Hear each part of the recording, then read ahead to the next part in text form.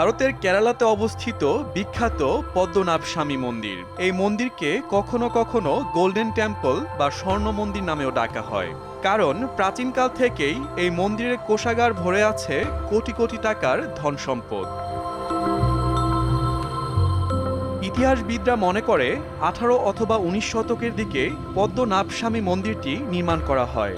ধারণা করা হয় পৃথিবীর ইতিহাসে এখন পর্যন্ত যত হিন্দু মন্দিরের খোঁজ পাওয়া গেছে তাদের মধ্যে সবচেয়ে বেশি সম্পদ লুকিয়ে আছে এই পদ্মনাভস্বামী মন্দিরে। তবে এসব সম্পদ পাহারা দেওয়ার জন্য নেই কোনো নিরাপত্তা কর্মী।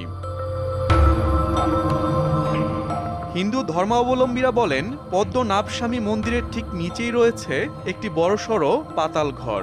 সেই পাতাল ঘরে আছে 6টি কক্ষ।